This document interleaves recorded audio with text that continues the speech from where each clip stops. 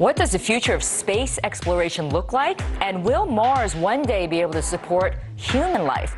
Well, scientists think so.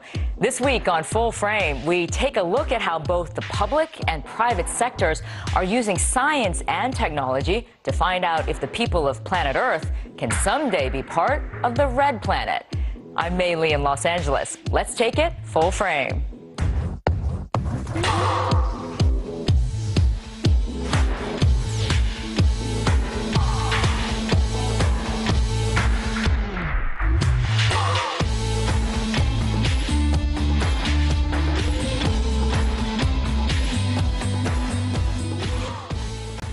Andy Weir is a self-described space nerd who didn't realize his writing and sense of humor had mainstream appeal until it landed him a book deal in 2013. Almost instantly, it transformed him from computer programmer to best-selling author. Now, since then, his novel about a risky manned mission to Mars has gained the attention of scientists at NASA, reignited the public's fascination with space travel. And his book, The Martian, might sound familiar, has been on the New York Times bestseller list for more than 60 weeks. Wow. Praised for its scientific accuracy, The Martian was also adapted into a film directed by Ridley Scott and starring Matt Damon. Now, the movie won 2 Golden Globe Awards and an Academy Award. At around 4:30 a.m., our satellites detected a storm approaching the Ares 3 mission site on Mars. The storm had escalated to severe, and we had no choice but to abort the mission. But during the evacuation, astronaut Mark Watney was killed.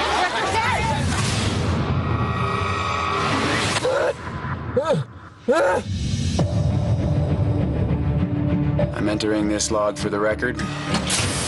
This is Mark Watney, and I'm still alive. Obviously. Great movie. Well, joining us now from Mountain View, California, is the author himself, Andy Weir. Andy, welcome to Full Frame. So glad to have you here. Hi, thanks for having me. Well, Andy, first of all, congrats on the book, because what an amazing achievement. 60 weeks on the bestseller list, New York Times, and now it was made into a movie, 2 Golden Globe Awards, Oscar nominations. I mean, this must be a shock to you in so many ways. Yeah, I really have no idea what I did right. So, we'll see if I can do it again someday, but I'm enjoying the ride. Well, you should, and it seems to keep going right now for you. But let's go back to the origins of the book. What I find interesting is that, really, you were just writing this for fun, about Mars exploration. First of all, why Mars? What was the fascination for you? Well, I've always been a space dork my whole life, and Mars is the next obvious place for us to go. I mean, we've been to the moon. Venus is hell. It's just, it would take another century of technological development for us to be able to put humans on the surface of Venus. So Mars is the next obvious place to go. And I think there's just a general fascination with it. It's exciting. It's in the popular culture. There's lots of fiction around it. It's a thing space dorks like. Okay, I love the term space dork. It's very technical, isn't it? Yes. Well, so you originally self-published the book, right? And then you put it online for people just to read it for fun, in increments. But then you had 3,000 people regularly reading this. And then all of a sudden, Crown Publishing came to you and said, we want to publish this as a full book. What was that like for you? Well, there was an intervening step where I put it up on Amazon, self-published it, and was forced to charge at least 99 cents because that's the minimum Amazon allows. And it sold really well on Amazon, and then Crown took an interest because it was like a proven seller. It was amazing for me to be approached by a print publisher and told, like, hey, we want to make a book out of your story. And right. It had been all my life. I've wanted to be a writer. The Martian's actually the 3rd book I wrote. It's just the first one that doesn't suck. So I'm really happy that I finally landed a publishing deal. I've always wanted to break into the industry. Let's talk about the main character, Mark Watney, who Matt Damon plays the main character. Did an amazing job in that. Won a Golden Globe for Best Actor, obviously. But he's kind of a smart aleck, has a really good sense of humor, but also knows how to survive. What was it about this character that you shaped in this way? Why? Well, a couple of things. First off, he's based on my own personality. I mean, I'm a smart aleck myself, and I'm a science dork just like him.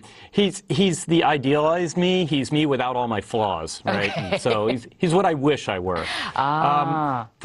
And the reason I made him so snarky was because I had to do a lot of exposition in the book. I had to explain a lot of scientific principles. It would have been really dry. It would have read like an encyclopedia article if I didn't have a bunch of jokes and gags in there.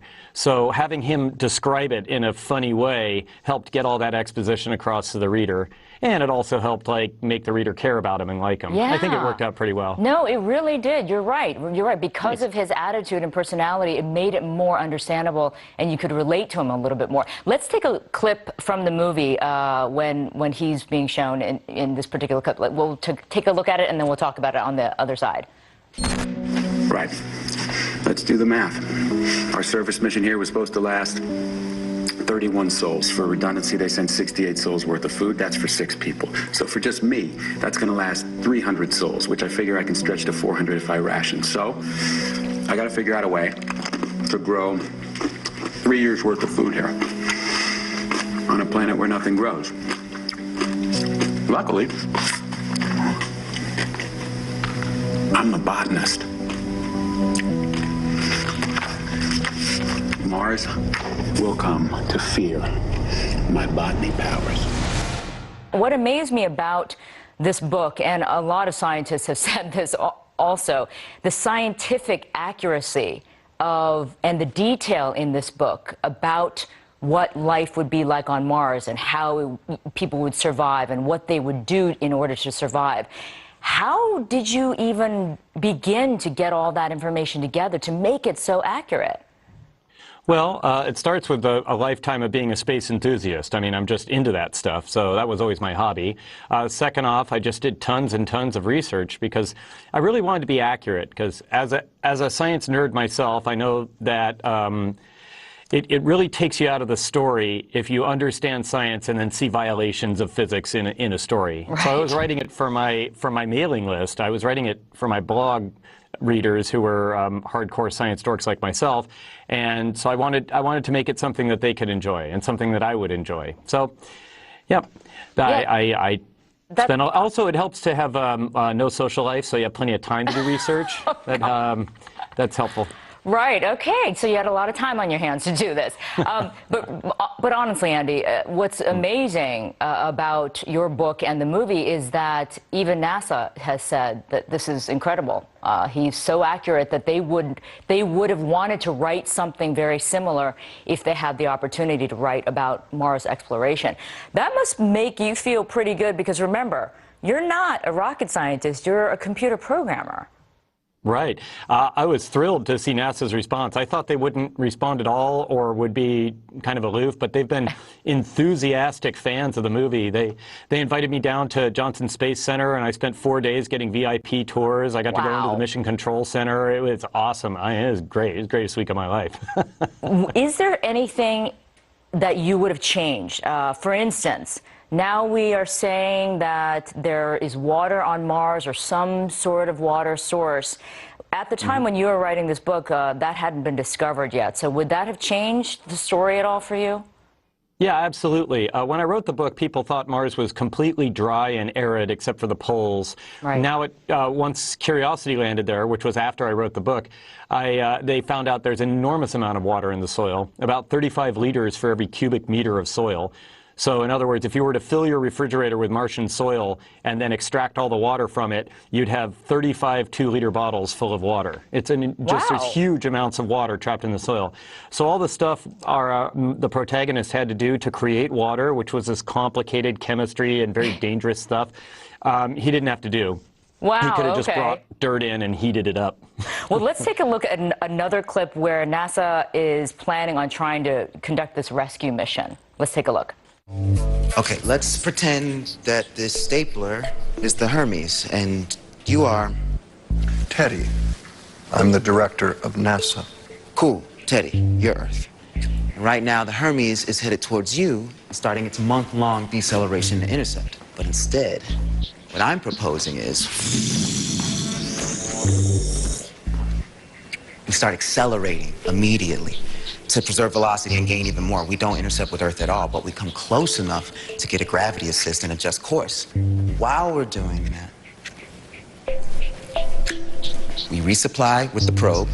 Food and supplies. Pick up whatever provisions we need, and now we're accelerating towards Mars. You're Mars. Now, we're going too fast at this point to fall into orbit, but we can do a flyby. Watney would intercept using the MAV. And then we just head home. I done the math. Checks out. Rich, Yes, sir. get out.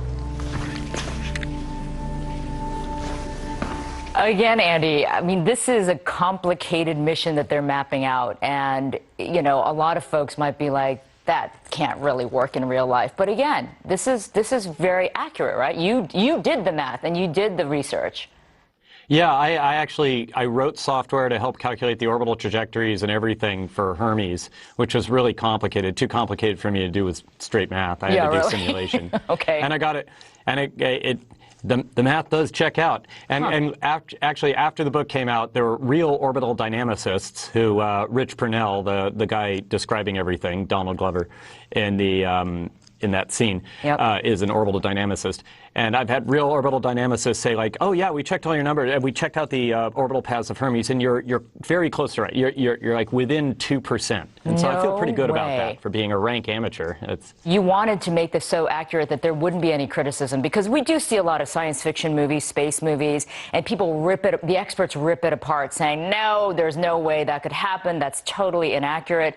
But for you, it all checked out. Well, not all of it. There are a few errors in there. Oh. But, Oh, really? Oh, yeah. Okay. All right. Well, you can keep those secrets to yourself. But let's talk about your reaction to this movie, because oftentimes when books get made into movies, the authors aren't happy with the result. Well, how did you feel? That's not the case here. I'm thrilled. I think they did a fantastic job. It's very true to the book, which of course I like. And then it's just great. There are a bunch of things where they enhance it and made it so much better. For instance, that scene that you just showed, that was in the book. That information was conveyed through a series of meetings at NASA and a bunch of different expositions, but they didn't want to do that in a film because it would get boring. And so Drew Goddard came up with that whole scene showing where they used the stapler as an example and stuff. And that was just a beautiful, elegant way to describe things. Also in the book, it's the first-person narration. It's just Watney's log entries, and they didn't want to just have a voiceover narration through the whole movie, and that's where they came up with the idea of the video feeds from all over the place, and so he's just like talking to the video cameras because he's documenting what he's doing because he's an astronaut. Right. So makes sense. That plus, finally, Ridley Scott is just a master of landscapes and sceneries and panoramas. Yeah, that's almost a trademark of his. The gritty cityscape of Blade Runner or the deserts in Exodus. I mean, just any Ridley Scott movie, you can expect to find these tremendous landscapes. And just to see his rendition of Mars was just awesome. I just loved it. Because he can't really describe scenery in a book, not without boring the reader. What I also found interesting in the story is how China ended up playing a part in this rescue mission, and pretty integral part. Was that something that you wanted to consciously put in there as a way in which that space exploration can be a cooperative global effort?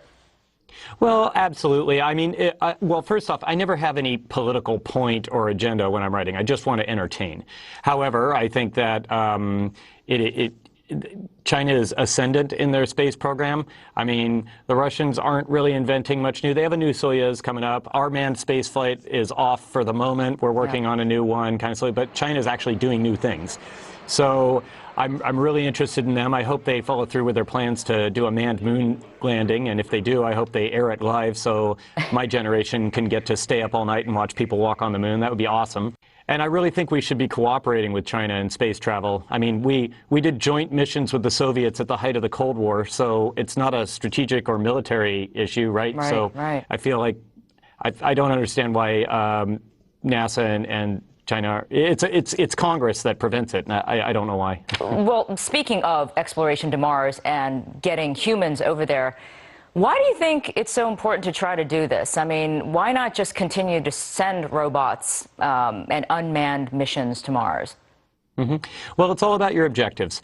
If you're trying to learn about Mars, if your objective is, I want to know the science behind Mars, I want to know about its geology, its history, whether or not it had life, what its atmosphere was like a billion years ago, that sort of stuff, then there's no reason to send humans. You can do all that with robots. Right. Humans would do it more efficiently, but robots do it without risking human life, and it's a hell of a lot cheaper. Right. The reason to send humans to Mars, in my opinion, is because I think we should eventually colonize Mars. So the purpose for sending humans to Mars is to figure out how to send humans to Mars. Because I and a lot of other people agree, would like mankind to exist on 2 planets. Because once we do that, we're virtually immune to extinction.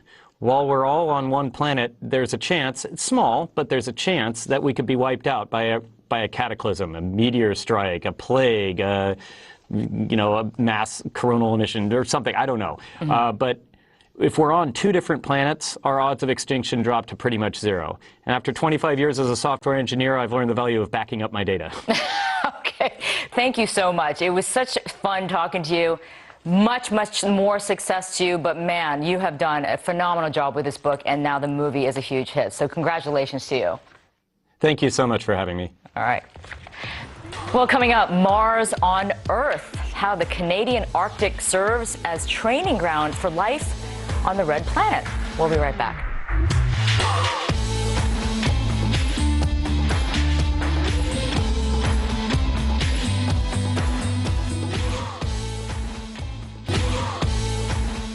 Pascal Lee has the coolest job in the world, literally. He spent the last 19 summers on Devon Island in the high Arctic. How cold does it get? Just minus 50 Celsius. As a result of his research there, Lee is the first person ever to suggest that Mars has always been a cold planet, and the science is proving him right. Pascal Lee is chairman of the Mars Institute, a senior planetary scientist at the SETI Institute, and director of the NASA Houghton Mars Project at NASA Ames Research Center. He's written a great children's book called Mission Mars, providing kids with a playful and fun guide to packing for a human mission to the Red Planet and what to do once you arrive in sub-zero temperatures. Very important. Lee is also one of the very few people on Earth who can tell you what it's like to wear the latest model spacesuit and drive vehicles custom-made for places like Mars. These are suits and vehicles that may be the everyday norm for future generations of humans.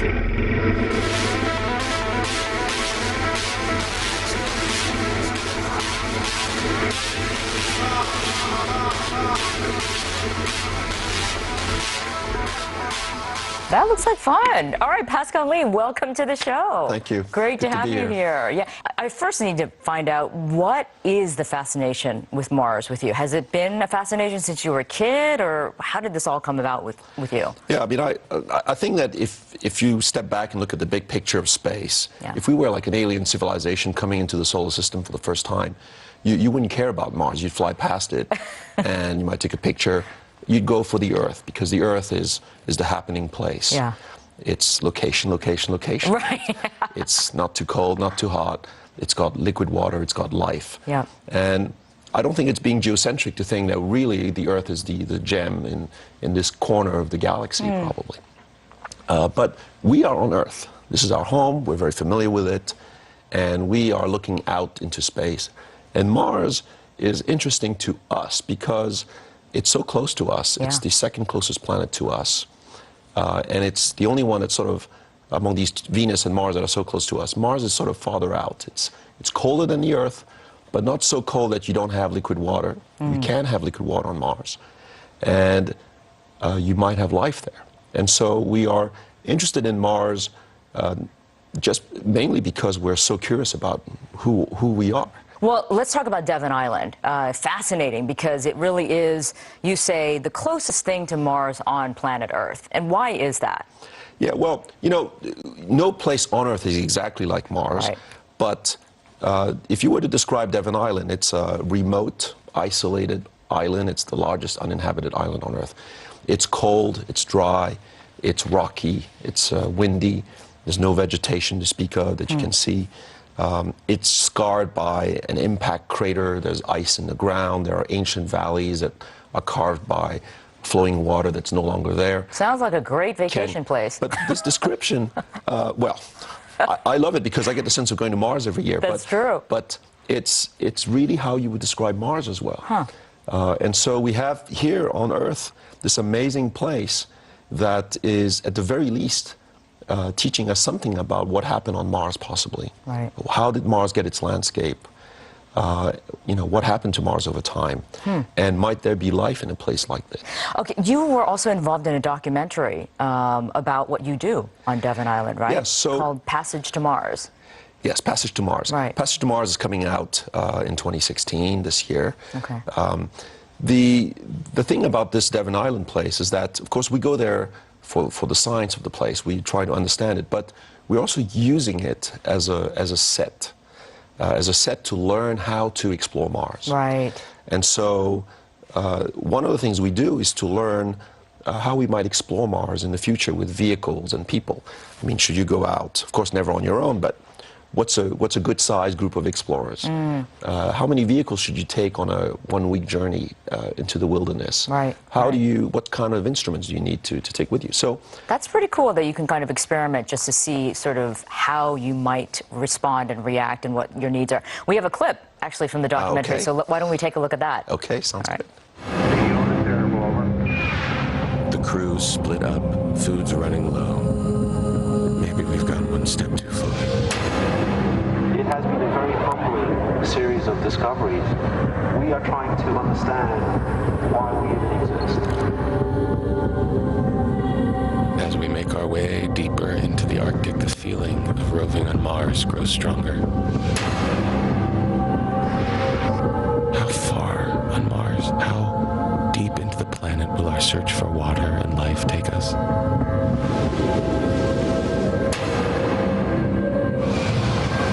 As usual, when left to themselves, my thoughts turn to Mars and our search for life there. Altimeters, 1029. We can land this thing up there. Land it? Sure, but we're not going to get it back up. That was heroic.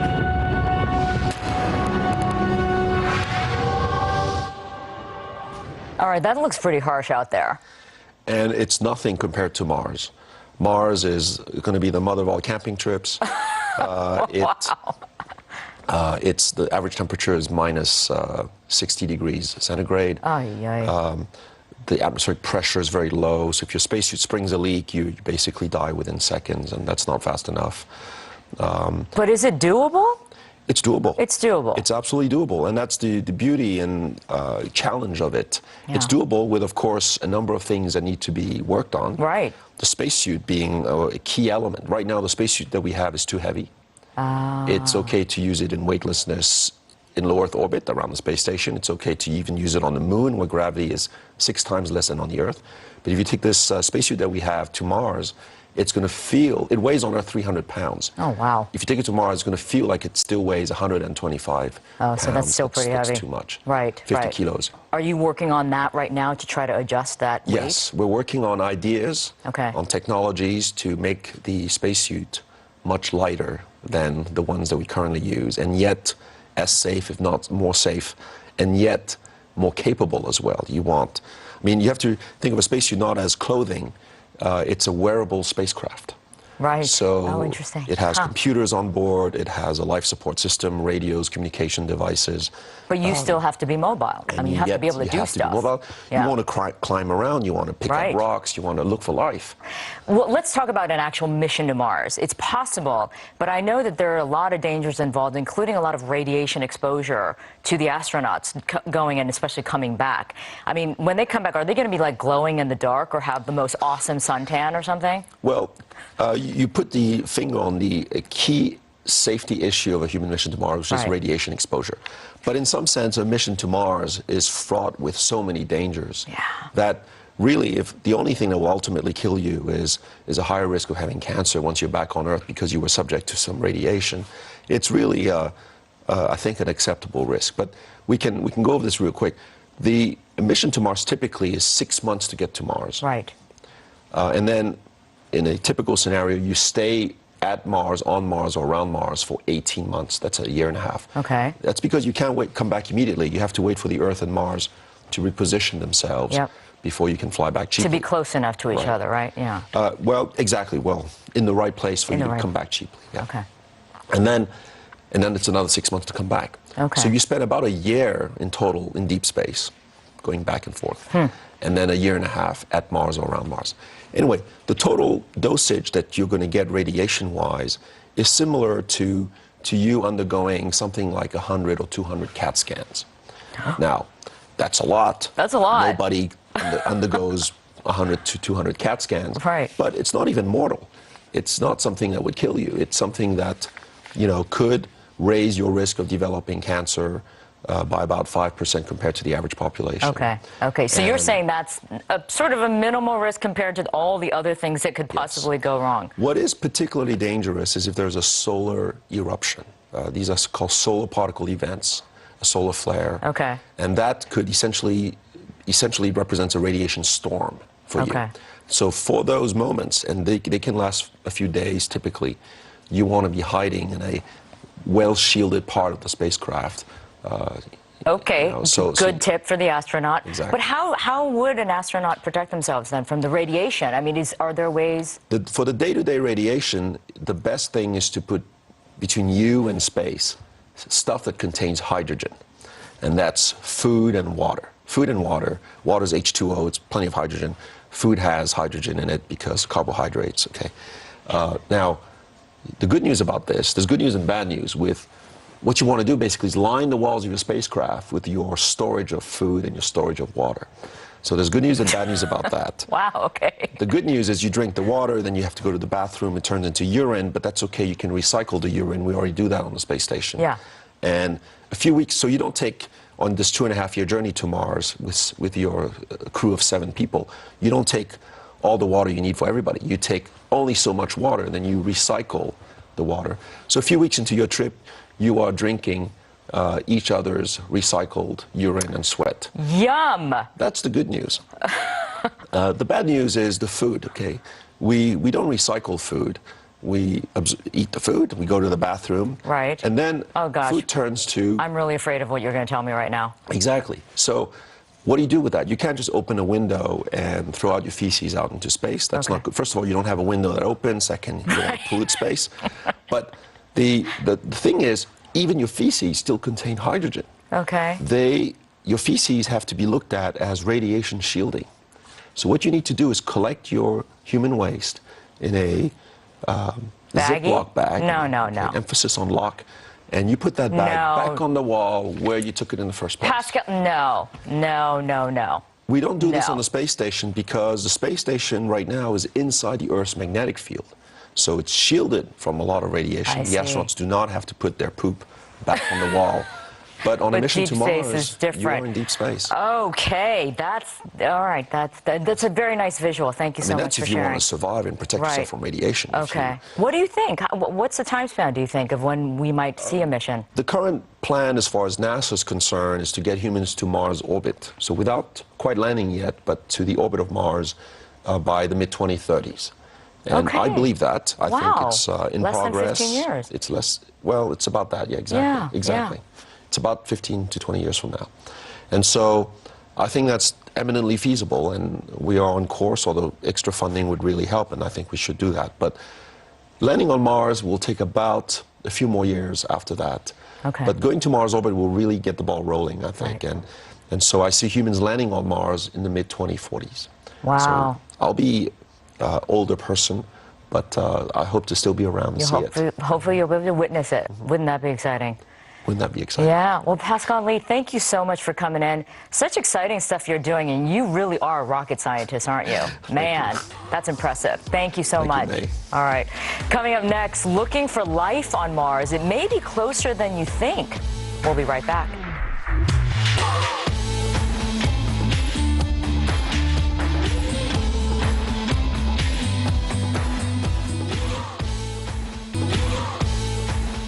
Natalie Cabral is an alien hunter. She's a planetary scientist at the SETI Institute and the director of the Carl Sagan Center, where she searches for signs of microbial life on Mars. Now, she believes humans will live on Mars one day. Her research in the high Andes led to the discovery of a world record UV index of 43, which is more similar to the surface radiation on the red planet than here on Earth. Now, the recipient of numerous NASA and other research awards, she's also earned the nickname Mrs. Gusev for choosing to land the Mars Spirit rover at the Gusev crater in hopes of finding water. Recently, NASA confirmed her hunch and announced the discovery. Natalie Cabral joins me now on Full Frame. Great to have you here, Natalie. Morning. And talk about some great achievements on your part. That's pretty amazing that you actually were the one to discover that there was water at the Gustav. Well, it's a long story. You know, the water was there a long time ago. Right. So it's not that we discovered the bucket of water sitting at the, at the surface of Mars. It's the sign that water was there and abundant in the past, which is really, really interesting when you are looking for signs of life. But that must have been pretty gratifying for you when you found out you were right. Well, you know, science is not about being right or wrong. It's about learning. And so, of course, it's gratifying when, you know, your hunch is confirmed. Right. But I guess that more importantly, it was a team effort. What was very gratifying, on the other hand, was to have spent nearly 10 years, you know, just looking at pictures, orbiter pictures, and from the top, from very high, at the Viking images, and one night, just having a panorama of that place that you have been looking at for so long, and from so high. And the first panorama, you know, at Gusev definitely is engraved right here. Wow. Well, your current project right now at the SETI Institute, it's all about exploring past life on Mars, right? Tell me about what you're finding and, you know, what you're learning. Well, as you can see with the series of missions that we've had, 10 years ago we sent a first orbiter to take images of Mars, and we learned about the geology. And there we wanted to understand, was Mars active? Was there water out there? What kind of information the mineralogy is telling us? And then there was another orbiter, and that one told us about climate, past climate and current climate. Was the climate favorable for, you know, the presence of water, for instance? So we learned a little bit more. And then once you had the geology and the climate, then you start having the data that is necessary to think about habitat and life potential. Right. And so we started preparing a mission, and that was the Mars Exploration Rover mission, to land on two places where we thought that water had been abundant for a long time on Mars. And so that was Meridiani and Gusev. And then, yeah, it was confirmed that Mars was habitable a long time ago. And now we're going, you know, we continue on this march, as you said, you know, science takes time. Yeah. And that's the difference between the reality TV shows and real, you know, having to gather the data, but also to chew on it and understand what they really mean. And so today we've had the Mars Exploration Rover. One of them is still continuing on. We have Curiosity. The ExoMars, ESA ExoMars mission is ready to go in a few days. In 2020, the Mars 2020 mission is going to leave, and for the first time in a very long time, we are going to search for life on Mars. We never actually looked for life on Mars. Really? One time with the Viking mission in 76, and I think this is where the disconnect is with many people, is that people think that we have been looking for life on Mars for 40 years. I thought so. We haven't. Really? No, the first one and the only one that did actually was the Viking mission. And that was the first that landed on Mars in 76. And it had an experiment, but at the time we didn't know anything about the environment of Mars. And so the result of that mission were very much debated, still are today. But starting with ExoMars and with Mars 2020, we are going to seriously look at the potential for what we call biosignatures, the signature of life on Mars. Well, then let me ask you now, Natalie, because you've done so much research of microbial life, right? Isn't that a sign that there was or is some kind of life there? It's, you know, let's say that the environment was favorable to life as we know it. Okay. And then when I say as we know it, it's microbial life. You know that Mars is a pretty harsh desert, and you have lots of UV environment. Yeah. Lots of UV on it. And so anything at the surface will be pretty much fried. Yeah. You know, and very, very you fast. get a serious suntan on Mars. Yeah, the kind you never recover from. Right. But let's say that if things happened the way they did on Earth, and because we had a similar environment at the time on Mars, the bricks of life that we know on Earth are present on Mars. That doesn't mean that, 2 equal 2, but it might. And So you're saying the start is very the same. similar. Very similar. The Okay. two planets have, the only difference is Mars is and was always farther away from the sun. Right. But at the time, we have evidence that Mars could have been, like the Arctic on Earth. So, there is a room for biochemistry with that. And so, to me, what's more fascinating about the idea is that at that time, too, the Earth and Mars were still exchanging a lot of material. And the two planets being formed. What do you mean exchanging? Yeah, well, so what happens when the planet forms, at the time, it's by accretion of dust and rocks, and then bigger, bigger bodies, comets and asteroids. And so accretion means that they are coming together and the clumps become bigger, and then you're getting a planetoid and a planet. And as this happens, you think that you have lots of big asteroids and comets in the solar system at that time that are being accreted. And when you have an impact, you have a lot of material that is being ejected. Right. And orbital mechanics is such that when you have something that is ejected at high velocity enough from Mars or from the Earth, it would go and may end up on becoming part of that planet, and I guess. so they have been exchanging a lot of their material. We're talking about a jillion years ago, right? 4 billion years ago. 4 billion, okay. 4.3, 4 billion years ago. Okay. And so we don't know yet. First, we don't know what is life still on Earth. We don't know how, what is the transition between prebiotic chemistry and life. We don't know that. The sad news is that we will never know here. We'll never have a physical sample of that transition, because everything that is older than 4 billion years has been recycled by plate tectonics, it has been recycled by geology, erosion, so etc. that original evidence is gone. It's gone. We are getting evidence that is really old, 4.1 billion year old maybe, but get to a point where we are going to hit what I call the biological horizon, because that record is gone. But let's imagine for a moment that those two planets, Mars and the Earth, have exchanged material. Early on, it might be that the response to who we are, what is our origin, is sitting there on Mars. Is on Mars? Yeah. Isn't that because Mars doesn't have a plate tectonic. Right. And erosion and geological activity has been a lot less active. How fascinating to think that the origin of life, the answer could be on Mars. To me, this is one, of the most exciting prospects. And if life is on Mars, it can be from, that planetary exchange, or it can be a different type of life. Right. So you can have alien life of some sort. Of some sort. Okay. Yeah. So that we know. But if we have to have family in the solar system, that has to be on Mars. If you are going outside what we call the inner solar system, which means Mars, the Earth, Venus, etc., towards the Sun, when you are getting to the outer solar system, Europa, Jupiter, etc., celestial mechanics doesn't work that well. And so if something is out there, it has to be different, which is exciting too. That will be a different type of life. Right. But I have to ask you, do you think there's life elsewhere? I can tell you I believe. That's not a very scientific statement, but having roamed the Earth where I have been, I still have to find a place where life isn't. And when you are looking at the environments and that we see on Europa, on Enceladus, even on Pluto, can you imagine the geology on Pluto?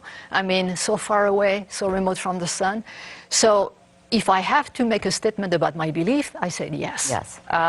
And do they look like they have big heads with really big eyes? Oh, well, you mean that kind of life. You mean not in the solar system, right, okay? Right. Not in the solar system. Advanced life, somewhere else. Yeah. Is it Carl Sagan who said that it would be such a waste of space if we were the only one out there?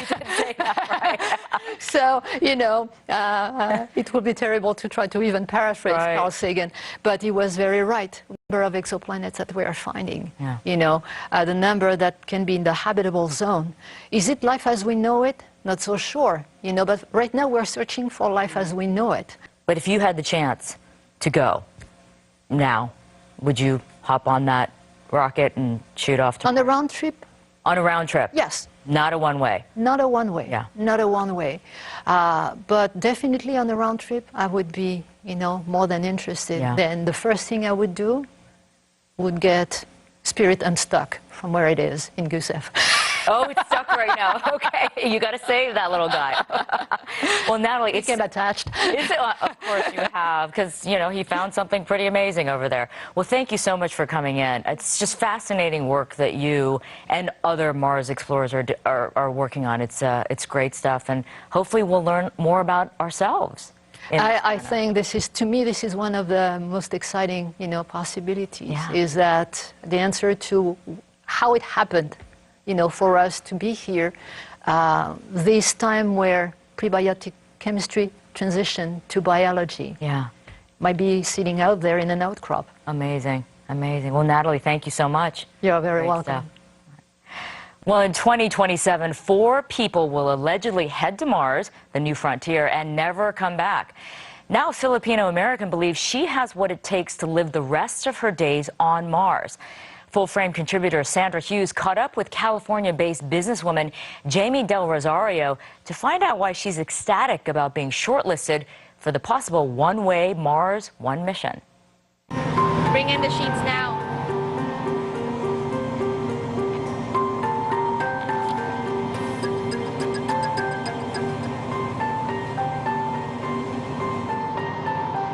Filipino-American Jamie Del Rosario is a Los Angeles-based CEO whose company supplies sheet metal to the aerospace industry. The 28-year-old is also studying mechanical engineering to get her degree. Oh, and she'd someday like to go to space. Seeing my materials go from a processing aspect, from raw, first stage, to processing and then going to space or going to being an end product, being used for technology or everyday use, I said, why not me? Hi, how are you? All kidding aside, she's a hard-charging entrepreneur who knows what she wants and is often tapping new technology to enhance her own business. She's always looking to the future. That's what drew her to the Mars One project and the possibility of going to Mars, but never coming back. Mars One will establish human settlement on Mars in 2023. A Dutch entrepreneur is behind the Mars One project, which it says attracted 200,000 applicants. That number was whittled down to just 100, and Del Rosario is in that group. However, critics say far fewer actually applied. As for Del Rosario, she says she's glad she did. It becomes an idea. They're doing everything that they can right now to all go to Mars, and I think it will be executed, and I want to be the first person to be there and to land there. And if it's not me, someone will, and I want to be able to help and assist.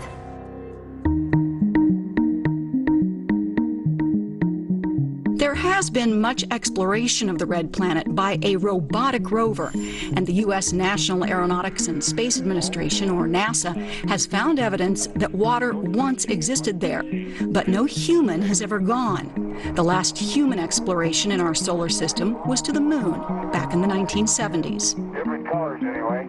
And the International Space Station is continually manned with different astronauts and supplies. But Mars?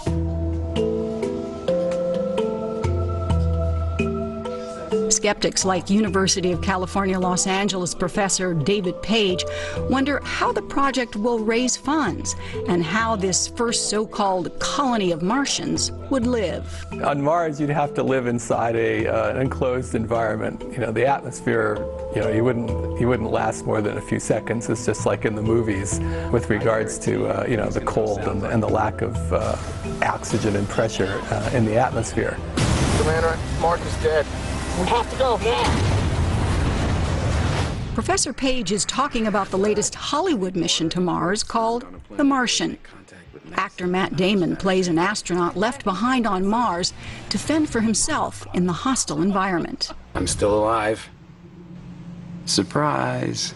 Someone who actually goes to Mars will probably need to be selected very, very carefully and trained extremely rigorously and have, you know, backgrounds in all the sorts of things that they need to do. I mean, this, you know, the recent Martian movie sort of shows, you know, an example of a, you know, Mars survivor who has a lot of, you know, knowledge at his fingertips and is able to sort of put that to work. Critics wonder how Mars One is going to pay for the project. The flight alone is going to be between 7 and 9 months. But what about building a colony 225 million kilometers away from Earth? A reality TV show showing the various candidates readying themselves for the journey was supposed to help pay for the project. But the status of that is still unclear. Sending a human to Mars, I don't know, $100 billion, something like that. In today's money, maybe sending a colony, you know, many times that. Mars One says it has investors and expects more. Jamie Del Rosario is realistic about her chances, but says she's ready for a one-way trip. I am not coming back because it's, first of all, it's a permanent human settlement to colonize. Second is there's no launch pad. There's no Cape Canaveral in Mars yet. When our founding fathers found this land, did they say, you know, I think I'm going to go there and I'm going to come back? While Del Rosario admits she'd miss her family, with no husband or kids, she says she's ready to take the trip of a lifetime. For Full Frame, this is Sandra Hughes in Los Angeles. All right, we'll have to see what happens. We'll be right back with this week's Full Frame Close-Up. Stay right there.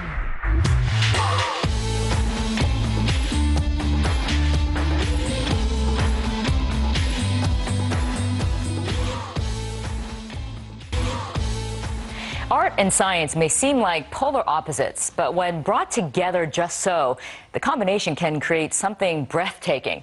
Photographer Navid Bharati has successfully done exactly that. Navid has a degree in electrical engineering, but it was his passion for photography that inspired him to travel the world working with large-scale companies. Now, one of those clients, Apple, even commissioned him to work on an installation in Chongqing, China. Navid's unique perspective has now launched him beyond this world and into space. To create these pictures, Navid uses a photo scanner and mostly edible household ingredients. On this week's Full Frame Close-Up, Navid takes us on a photographic journey of the wonders of the universe.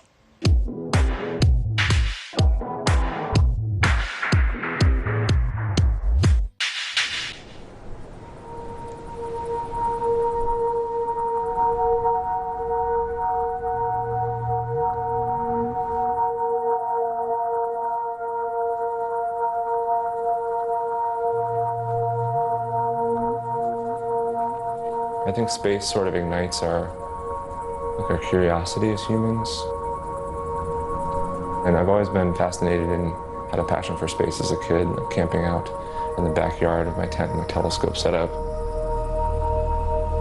I think science and art can definitely mix.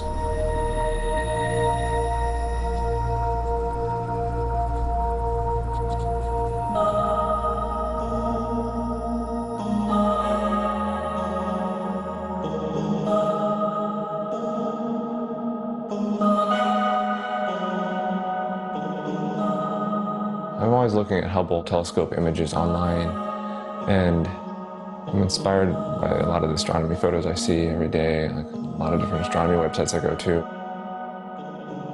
So when I first created my Wander project, I made up this story that I was selected to be a part of the Wander mission. and that this was actually a spacecraft out there exploring the universe. And I was selected to be a part of this mission as the image processor because of my engineering background and my photography.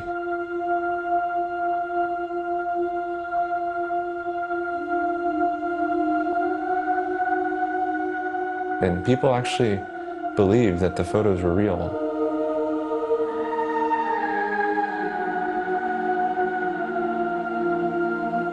I had a lot of people fooled for a long time until I finally told them it was just me making it on a scanner out of food.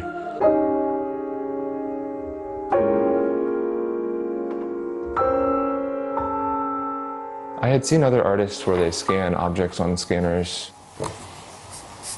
And so when I was looking at these space photos, I thought, I wonder if I could do this on a scanner somehow, because you already have the whole black background of space when you leave the lid open. Like, so how can I make these stars? How can I make these galaxies or these nebulas? I mean, the stars really just look like sprinklings of sugar or salt.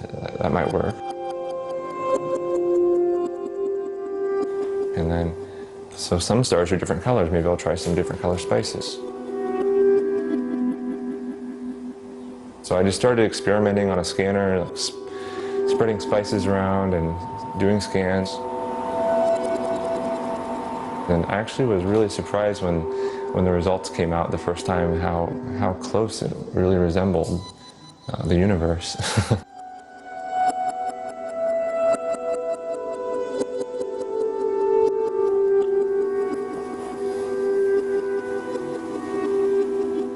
So it's just been a whole series of experimentation.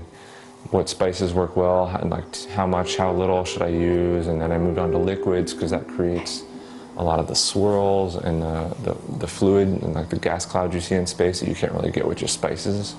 And so it's been a whole experiment in progress, but a lot of fun.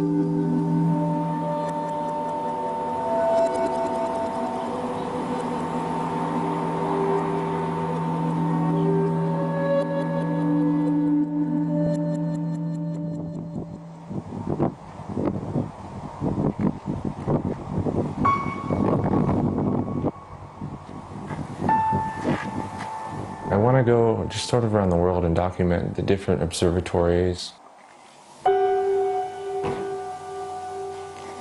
I think observatories are they're just beautiful to look at, for one.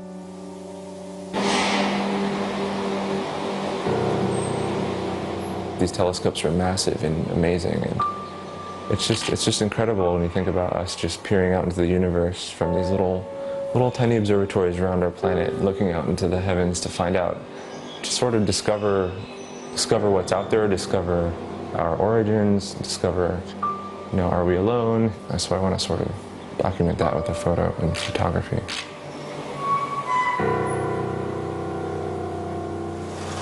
This is the original control panel here from 1917, actually, so almost 100 years old. So pretty much everything is controlled by this control panel here, and these eyepieces here were how they used to know where to point the telescope in the sky. Nowadays it's all done here on this screen digitally, so it was all very much analog almost 100 years ago.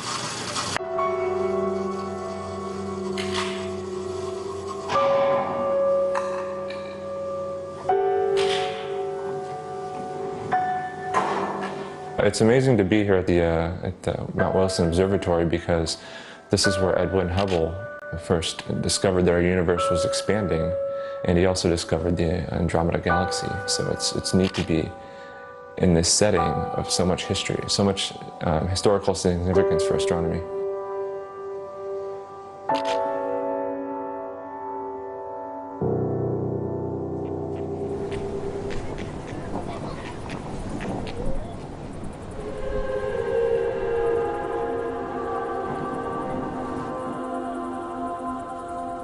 So I was an engineer. When I moved from Ohio to San Diego, I literally saw landscapes and terrain I had never seen before. It looks nothing like Ohio. I saw cliffs and mountains and the ocean. It was just so beautiful and so inspiring to me as a photographer when I got there.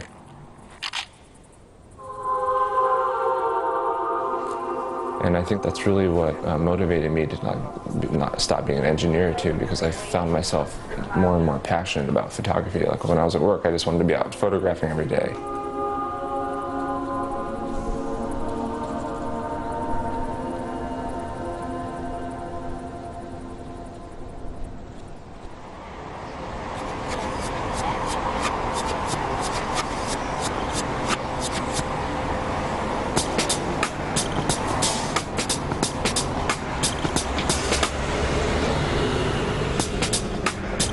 So when I moved to New York, I started doing some like real estate photography.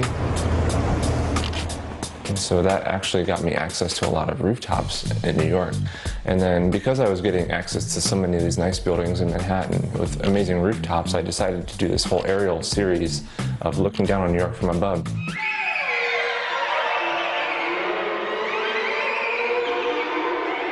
I feel like a lot of people don't get access to a lot of the buildings that I had access to and get to see New York from so many vantage points. So I guess I found an artistic project out of a professional work that I was doing to sustain myself.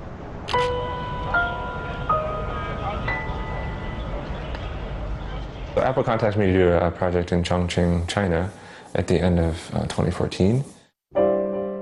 They wanted to bring two artists together from different cultures to go to Chongqing and do and photograph the city for a new store that they were opening. And so they wanted to bring us together where she would do her artistic interpretation painting on top of my photograph that I took in the city. Chongqing is a special city because these two major rivers in China come together to form a point. And so that was really symbolic of like the theme that they had for the project, to bring two artists together from different cultures, because she was born in Chongqing, so she's Chinese and I'm American.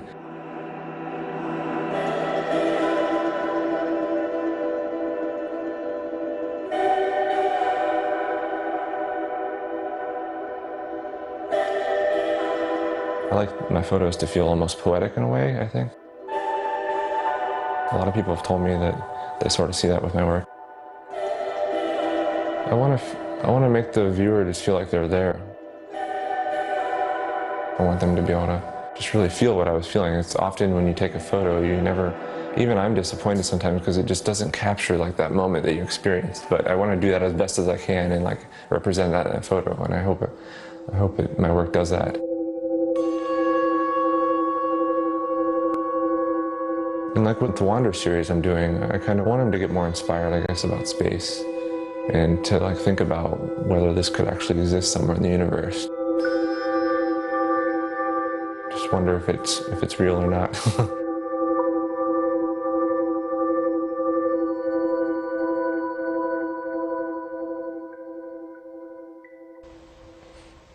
And that's our show for this week. As always, join the conversation on social media. We are CCTV America on Twitter, Facebook, and YouTube. And now you can watch Full Frame on our new mobile app, available worldwide on any smartphone for free. Get the latest news headlines and connect to us on Facebook, Twitter, YouTube, and Weibo. Search CCTV America on your app store to download today. And all of our interviews can still also be found online at cctv-america.com. And of course, let us know what you'd like us to take Full Frame next. Simply email us at fullframe@cctv-america.com. Until next time, I'm Mei Lee in Los Angeles. Bye-bye.